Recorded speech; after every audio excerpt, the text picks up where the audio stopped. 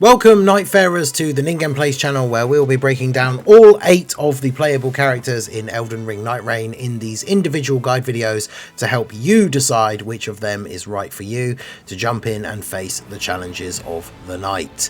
Today we are going to be talking about Guardian, the shield and halberd wielding tank whose abilities are focused around defense and controlling the pace of battle. Guardian was one of the characters available in the network test and is a fun addition to the universe of Elden Ring, bringing a new race we had not yet seen in the universe, the Pinion Folk.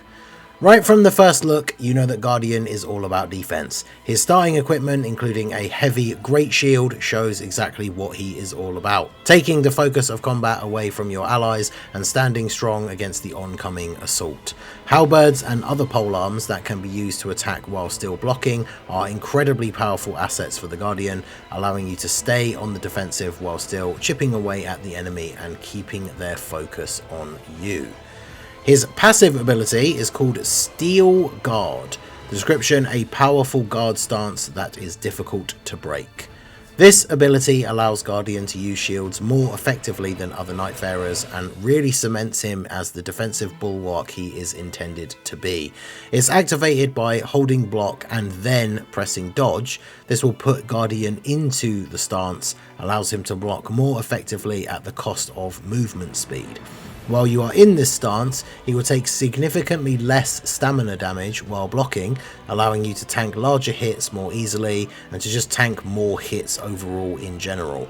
You do need to be aware of your timing, however, as if your stamina is low and you do need to dodge away from an attack, you need to make sure you're not still holding down the block button, otherwise of course this activates the stance rather than making your character actually dodge. So when those big attacks are coming in, if you're low on stamina, you don't want to get guard broken, you need to make sure you release the guard button before you then press the dodge button. But with the ability to tank hits a lot longer than other characters, you are able to keep the focus on you whilst your allies circle in and do extra damage. His main ability is called Whirlwind.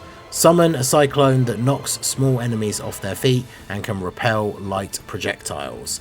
This attack hits 360 degrees around Guardian and can be charged for a larger area of effect. It takes longer to cast if you do charge it, so getting used to the cast timing will be very important so you know when you have an opening for it. Obviously if enemies are swarming in on you, you can use the uncharged version to knock them down, but the charged version obviously hits a bigger area and can be very effective when used strategically in larger scale battles. The skill is also great for hitting many enemies at once, knocking them all down, allowing a break in the action if you're being swarmed, or even as an opening attack to give your team the opportunity to charge in and begin dealing damage. So it can be very situational to have different uses. Like I say, if you feel like you're being overwhelmed, multiple enemies swarming in on you, you can use this ability to knock them all down and give yourself some breathing room. Or, as I say, even if you are beginning an encounter, like if your team is charging into an enemy base, you can run in, have the enemies start to draw in, use the ability, knock them all down, and then the three of you have gotten a great start to the battle by essentially having all of the enemies around you knocked down and allowing you to cut through the first wave of them with relative ease. So definitely a very good ability that can be used in conjunction while you are standing there guarding, tanking hits, having the enemies all draw in towards you. This ability can then knock them all down, giving you that extra space to recover some stamina and allowing your teammates to join in and do some damage as well. His ultimate ability is Wings of Salvation. The description: dive from above to attack a large area and protects allies.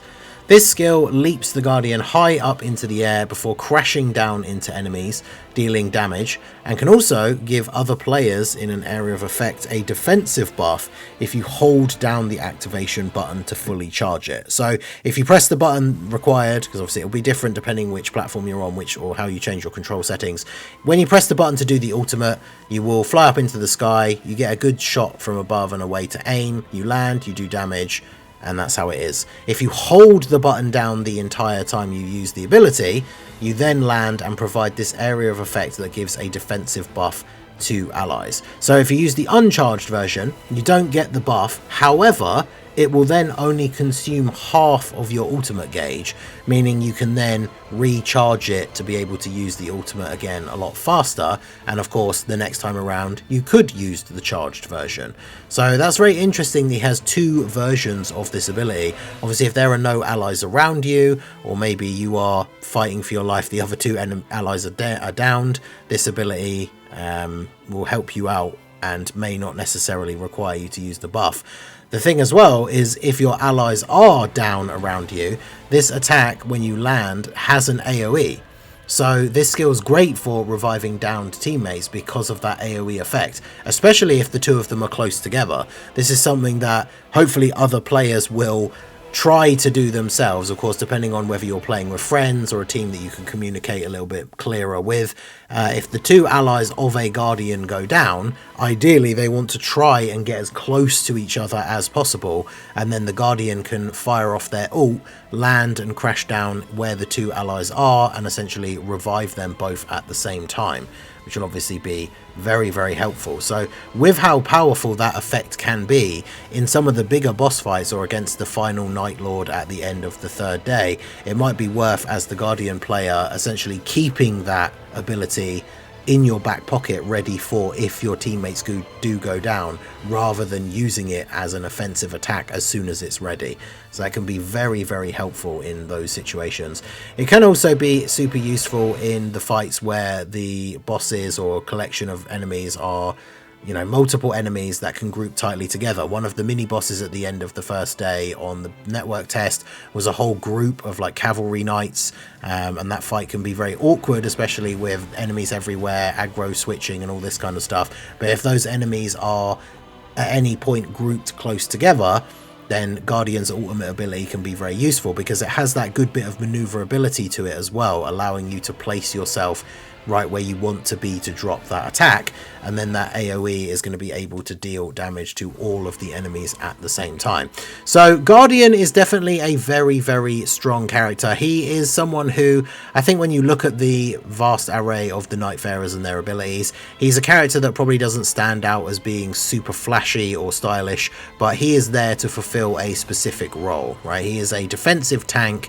He's got abilities that help him do that much better with the shielding, taking less stamina damage when he's blocking hits, but the combination of his abilities when used correctly will be incredibly powerful. Standing strong against multiple enemies, taking hits, blocking with the shield, and then using the whirlwind ability to knock them all down, and then having his ultimate ability there to be able to use either to do damage or as a strategic option for reviving allies and giving them a defensive buff. He definitely seems like a very, very strong addition to the team. It's definitely a playstyle that is geared more towards certain types of people. Like, people like to play as tanks. If that's the kind of role you enjoy, you will very much like this character and will be very useful in a team party setup. If you're someone who focuses more on things like damage dealing, fast moving characters and flashy attacks, maybe not the ideal choice for you, but certainly a very strong character in a team of Nightfarers. So let me know what you guys think of Guardian down below in the comment section. Is he a character that you will be interested in playing as?